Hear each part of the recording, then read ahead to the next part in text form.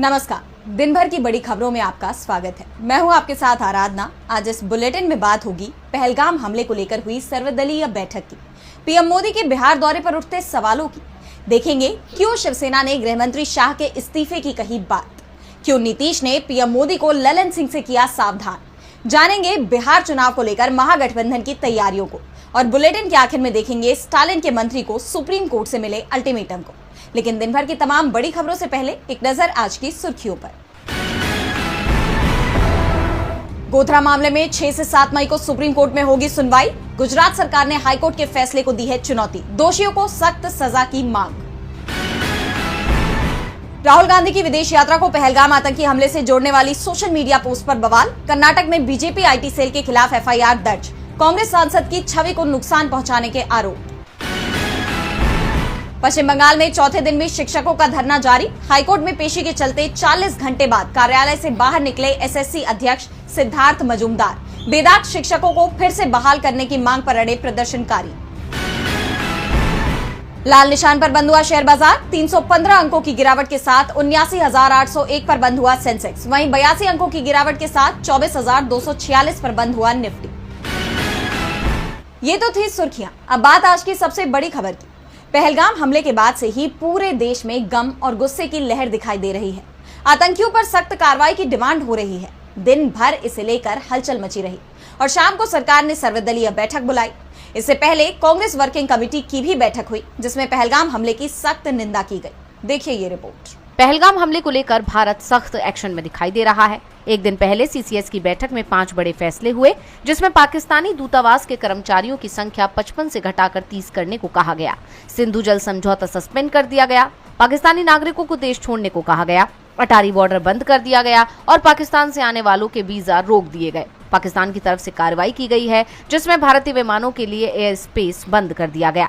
हर तरह से व्यापार पर रोक लगा दी गई है। लेकिन भारतीय कार्रवाई को लेकर पाकिस्तान के अंदर डर भी दिखाई दे रहा है। इस बीच मोदी सरकार की तरफ से सर्वदलीय बैठक बुलाई गई और इस बैठक में पहलगाम हमले से लेकर पाकिस्तान पर की गई कार्रवाई के बारे में रक्षा मंत्री राजनाथ सिंह ने सभी दलों को जानकारी दी।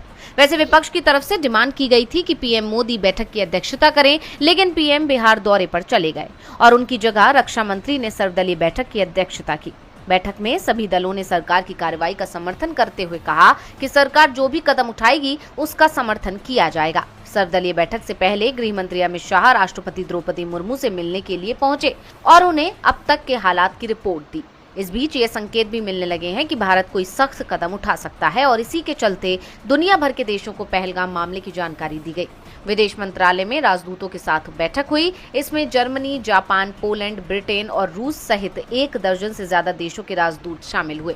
इस बीच रूसी मीडिया रसिया टुडे ने मौजूदा हालात को देखते हुए दावा किया है कि भारत कुछ बड़ा करने वाला है और इसे लेकर पाकिस्तान में डर का माहौल भी दिखाई दे रहा है। एलओसी के पास पाकिस्तान के फाइटर जेट पेट्रोलिंग कर रहे हैं, तो पाकिस्तान में ही कई लोग अपनी सरकार पर सवाल उठा रहे हैं। पहलगाम में हुए आतंकी हमले को लेकर पूरे देश में शोक के साथ ही चिंता की भी लहर देखी जा रही है। हमले के बाद प्रधानमंत्री नरेंद्र मोदी ने अपने तमाम कार्यक्रम रद्द कर दिए थे, लेकिन बिहार के मधुबनी दौरे पर उन्होंने किसी भी तरह का बदलाव नहीं किया। वो मधुबनी पहुंचे और पहलगाम पर बात भी की, लेकिन पीएम मोदी के इस दौरे पर विपक्ष ने तीखे सवाल किए हैं। तो क्यों बिहार दौरे को लेकर घिर गए पीएम मोदी? देखिए ये रिपोर्ट। पहलगाम हमले के बाद से बिहार के मधुबनी पहुंचे पीएम मोदी ने पाकिस्तान को कड़ा मैसेज दिया। उन्होंने कहा कि पहलगाम के दोषियों को मिट्टी में मिलाने का समय आ गया है। आतंकियों को कल्पना से भी बड़ी सजा मिलकर रहेगी। दुनिया को मैसेज देने के लिए मंच से अंग्रेजी में कहा कि हम उन्हें धरती के अंतिम छोर तक खदेड़ेंगे। आतंकवाद से भारत की आत्मा कभी नहीं टूटेगी। आतंकवाद को सजा मिलेगी। लेकिन पीएम मोदी के इस दौरे को लेकर ही सवाल खड़े हो गए हैं। सबसे बड़ा सवाल तो यही उठ रहा है कि जब विपक्ष के नेताओं ने अपने दौरे रद्द कर दिए, वक्फ बिल के खिलाफ चल रहे विरोध प्रदर्शन को रद्द कर दिया गया, तो पीएम मोदी ने अपना दौरा रद्द क्यों नहीं किया? विपक्ष ने मधुबनी के पीएम मोदी के दौरे पर तीखा हमला किया है। आरजेडी ने पीएम मोदी के बिहार दौरे पर सवाल खड़ा करते हुए कहा कि अभी देश शोक में है, लेकिन पीएम मोदी बिहार में चुनावी सभा को संबोधित करने पहुंच गए। मोदी की रैली में भीड़ जुटाने के लिए सरकारी मशीनरी का दुरुपयोग किया गया।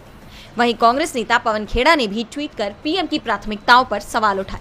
उन्होंने लिखा कि प्रधानमंत्री की प्राथमिकता चुनाव है, जेडीयू की प्राथमिकता प्रधानमंत्री। पहलगाम हमले पर सर्वदलीय बैठक इंतजार कर सकती है।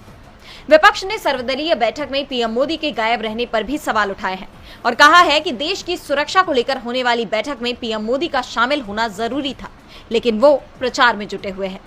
पहलगाम हमले को लेकर पीएम मोदी ही नहीं, केंद्र सरकार पर भी सवाल उठ रहे हैं। सुरक्षा में चूक के आरोप लगाए जा रहे हैं, जिसे लेकर विपक्ष सरकार पर हमलावर है।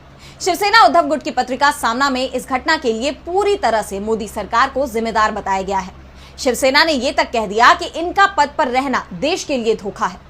तो क्यों पहलगाम हमले को लेकर मोदी सरकार पर भड़की शिवसेना, जानने के लिए देखिए ये रिपोर्ट। पहलगाम हमले को लेकर मोदी सरकार बुरी तरह से घिर गई है। केंद्र शासित प्रदेश की सुरक्षा व्यवस्था को लेकर सवाल उठ रहे हैं। शिवसेना उद्धव गुट ने इस हमले को पुलवामा के बाद सबसे दर्दनाक और भयानक बताया है, लेकिन साथ ही ये भी कहा कि ये पूरी तरह से सुरक्षा चूक का मामला है। पार्टी सांसद संजय राउत के बयान का हवाला देते हुए शिवसेना उद्धव गुट की पत्रिका सामना में छपे एक लेख में कहा गया कि इस घटना के लिए पूरी तरीके से केंद्र की मोदी सरकार और गृह मंत्री अमित शाह जिम्मेदार हैं। ये देश के सबसे असफल और पनौती मंत्री हैं। इनके रहते देश की जनता की सुरक्षा राम भरोसे ही है। ऐसे व्यक्ति का देश के गृह मंत्री पद पर रहना देश के लिए धोखा है। संजय राउत ने आगे कहा कि सरकार में बैठे शाह जैसे लोग बड़े बड़े वादे करते हैं, लेकिन अंदर से खोखले हैं। इनके दिमाग में 24 घंटे बस सरकार बनाने और गिराने का खेल चलता है। विपक्ष के किस नेता को जेल में डाला जाए तो किसे खत्म करना है, किसको खरीदना है, 365 दिन इनके दिमाग में यही चलता है। इनके दिमाग में नफरत और धर्म की राजनीति चल रही है।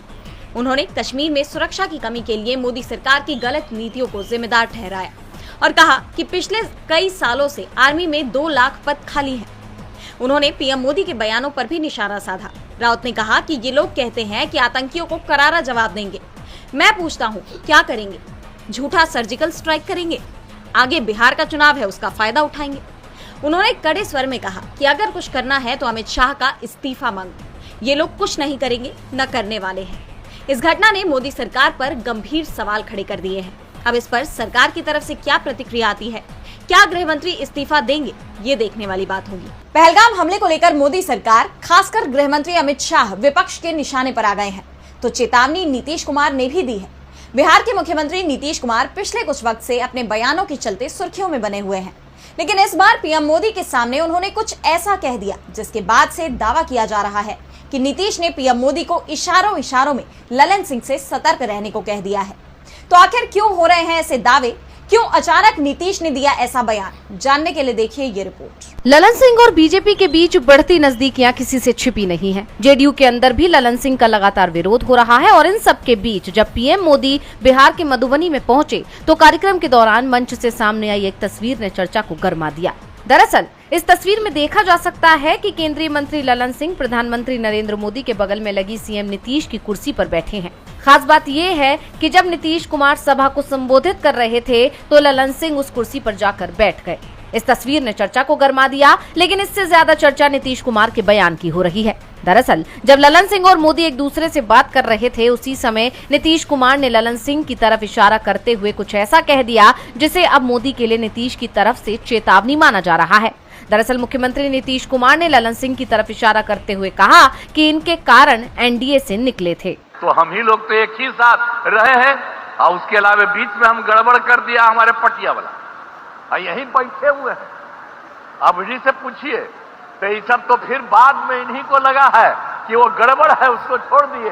अब हम लोग कभी उसके साथ नहीं जा सकते हैं और सब गड़बड़ किया है और उस सबको इसीलिए उसके खिलाफ है ना हम लोग लड़े थे जी। पहली बार 2005 में कितना बढ़िया से लड़े थे और ये तो साथी थे और खूब पढ़े थे, अध्यक्ष थे हमारे पार्टी के, तो इसीलिए एक एक तरह से काम हुआ। और अब नीतीश कुमार के इस बयान को लेकर जानकारों का कहना है कि नीतीश कुमार बीजेपी आलाकमान को सतर्क कर रहे हैं। इशारों में उन्होंने बता दिया कि हमें कमजोर करने के लिए आप जिन लोगों से नजदीकी बढ़ा रहे हैं, जिनका सहारा ले रहे हैं, इनकी ही वजह से पहले बिहार एनडीए टूटा था। नीतीश की बात सुनकर केंद्रीय मंत्री राजीव रंजन सिंह उर्फ ललन सिंह के चेहरे का रंग उड़ गया और अब नीतीश के इस बयान की चर्चा हर तरफ हो रही है। सवाल उठ रहे हैं कि आखिर नीतीश कुमार ने अचानक ये बयान क्यों दिया। बिहार चुनाव से पहले नीतीश कुमार के इस बयान ने सियासी सरगर्मियां बढ़ा दी हैं, तो चर्चा महागठबंधन की बैठक की भी हो रही है। बिहार विधानसभा चुनाव के लिए महागठबंधन अपनी रणनीति बनाने में जुटा हुआ है। इसी कड़ी में पटना में महागठबंधन की दूसरी बैठक हुई। तेजस्वी यादव के नेतृत्व में महागठबंधन ने एकजुटता दिखाते हुए एनडीए को कड़ी चुनौती देने का संकल्प लिया। तो और क्या कुछ हुआ महागठबंधन की इस बैठक में, जानने के लिए देखिए ये रिपोर्ट। बिहार विधानसभा चुनाव को लेकर सियासी सरगर्मियां तेज हो गई हैं। एनडीए जहां लंबे समय से कार्यकर्ताओं और जनता के बीच एक्टिव रहने की कोशिश में है, वहीं महागठबंधन भी अब समन्वय और रणनीति बनाने में जुट गया है। महागठबंधन की दूसरी अहम बैठक पटना के सदाकत आश्रम स्थित कांग्रेस कार्यालय में हुई। बैठक में नेता प्रतिपक्ष Tejashwi Yadav, VIP supremo Mukesh Sahani, CPI, CPM और सीपीआई-एमएल के नेता शामिल हुए। बैठक शुरू होने से पहले पहलगाम हमले में जान गंवाने वालों को श्रद्धांजलि देने के लिए 2 मिनट का मौन रखा गया। इसके बाद महागठबंधन ने आगामी चुनाव के लिए सीट शेयरिंग और प्रचार रणनीति पर गहन चर्चा की। जानकारी के मुताबिक जहां जिस पार्टी का नेता मजबूत होगा, वहां उसे टिकट देने पर सहमति बनती दिख रही है। सीट शेयरिंग को लेकर आगे भी बातचीत जारी रहेगी। बैठक में एक बात पुख्ता हो गई है कि तेजस्वी यादव ही महागठबंधन के सीएम फेस होंगे। महागठबंधन की यह एकजुटता एनडीए को कड़ी टक्कर देने की तैयारी का संकेत है। नेताओं ने कार्यकर्ताओं को एकजुट करने और जनता तक अपनी बात पहुंचाने पर जोर दिया। आने वाले दिनों में महागठबंधन की रणनीति और स्पष्ट होगी, जिसका असर बिहार की सियासत पर देखने को मिलेगा। महागठबंधन ने एनडीए को मात देने के लिए कमर कस ली है, तो चुनौती सीबीआई को भी मिल रही है। पश्चिम बंगाल में ममता सरकार ने सुप्रीम कोर्ट में सीबीआई को अनवांटेड गेस्ट करार दिया है। 2018 में राज्य ने सीबीआई की जांच के लिए दी गई सामान्य सहमति वापस ले ली थी और अब कोर्ट में भी राज्य सरकार ने साफ कह दिया है कि सीबीआई को बंगाल में जांच का अधिकार नहीं है। तो क्या है पूरा मामला, जानने के लिए देखिए ये रिपोर्ट। सुप्रीम कोर्ट में पश्चिम बंगाल सरकार ने सीबीआई को अपने राज्य में अनवांटेड गेस्ट बताते हुए कड़ा रुख अपनाया है। मामला 2018 में सीबीआई को दी गई सामान्य सहमति वापस लेने से जुड़ा है, जिसके बाद राज्य ने सीबीआई को जांच या छापेमारी की इजाजत देने से इनकार कर दिया था।